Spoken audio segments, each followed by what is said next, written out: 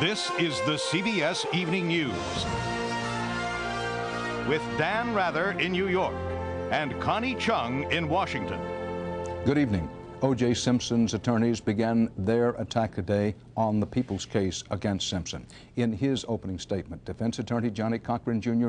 insisted O.J. Simpson would not, could not, and did not murder his former wife Nicole Brown and Ronald Goldman. Key developments today. Simpson showed the jury his knees in an effort to demonstrate his physical limitations. His attorney said that prosecutors ignored other leads in a, quote, rush to judgment, unquote, against Simpson.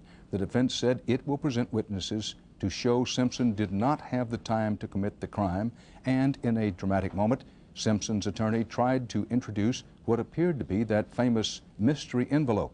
The judge did not make good today on a threat to pull the plug on television coverage of the trial because of mistakes made by the cable operation Court TV, but the judge did restrict the camera's movements today.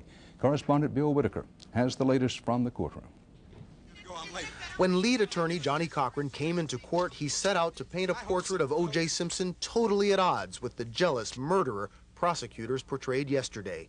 According to Cochran, Simpson's was a classic rags to riches story. Not bad for a young man, a spindly leg youth from San Francisco, who suffered with rickets, who had trouble walking, was cared for by his mother, who grew up to become the greatest running back in the history of the National Football League. The evidence in this case, we believe, will show that O.J. Simpson is an innocent man, wrongfully accused. With the courtroom camera locked in position after yesterday's controversy, Cochran spun his story with passion, even humor, always pressing his theme that prosecutors rushed to judgment. He said they failed to mention witnesses who point away from O.J. Simpson, like the maid from next door, known to be Rosa Lopez, who they claim saw Simpson's Bronco parked outside his house around the time of the murders, and earlier had heard something alarming. She heard something very strange. She heard a prowler that she described out there in the yard with like hard-soled shoes, and she was concerned about this prowler. Cochran said the maid told her story to Detective Mark Furman, but never heard from the prosecution. And Cochran said he has another witness who was walking by Nicole's condo the night of the murders. 10:45 p.m.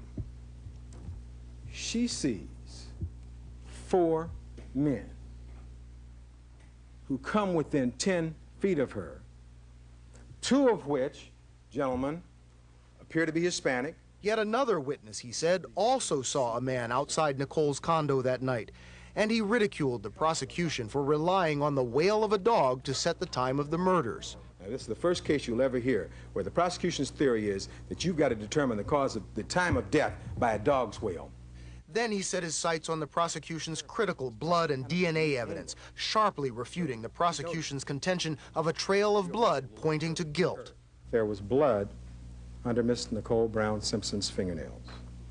It came back a type B in an EAP genetic marker. And that does not fit the genetic profile of Mr. Simpson, Mr. Goldman, or Miss Brown. He said there was a curious lack of blood evidence in Simpson's Bronco and house, given the bloody murder scene. There's no evidence of Goldman's or Nicole Simpson's bloodstains inside that Bronco, of the amount that you would expect. The fact that there is no blood where there should be blood is devastating evidence of innocence. Perhaps, according to Cochran, it may even suggest evidence of a frame-up. The fact that blood mysteriously appears on vital pieces of evidence, and it's predicted what the results will be regarding DNA when that evidence is still in the police lab, is devastating evidence of something far more sinister. Cochran said, contrary to popular belief, the former football hero no longer is physically fit but suffers from sports injuries. And in a dramatic move, he had Simpson approach the jury out of camera range and show them his injured knees. Now, one of the tensest moments in court today was when Johnny Cochran tried to introduce that mystery envelope, that envelope you'll remember from several months ago. The defense, the prosecution that is, objected strenuously. The Judge Ito said that he will take that issue up again when the prosecution, or when the defense tries to present the envelope at court. Johnny Cochran will resume his statement tomorrow morning, then on to the first witness. Dan? Bill Whitaker, live outside the courthouse. Now, O.J. Simpson's attorneys made it clear today that they intend to make an issue out of what they are portraying as Simpson's physical limitations. We asked CBS News health correspondent Dr. Bob Arnott to look into that line of defense. Can the defense prove that O.J. Simpson, one of the greatest sports heroes of all time, was too hobbled by old football injuries to have committed the murders? An incredulous prosecution argued vigorously against any disability defense, including the display of surgical scars. We know that on the morning of June the 12th, he was playing golf. We also know that within weeks before the murder, he made an exercise video. The inference that the defense will seek to draw from that scar is that he was incapable of certain physical acts. But today, that exercise video offered surprising evidence that O.J. is not the picture of health and does have a real physical disability. This is something that I would have a little trouble doing because of my bad knee. You see, he has a little bit of difficulty getting the knee out fully straight. Dr. Stephen Haas, a knee specialist, says the injury is a real factor. There could be some limitations because you might not be quite as mobile or as light on your feet. A strong argument can be made that this knee injury limited his ability to chase someone or to scale and then jump off a wall. But it doesn't prove he was incapable of using his powerful arms and shoulders to stab and slash a victim. When one is in a knife combat, one doesn't really need agile knees. The main thrust is upper extremity.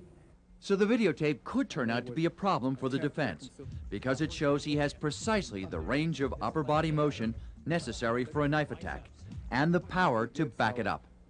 Dr. Bob Arnott, CBS News, New York. Now, is it evidence or fantasy?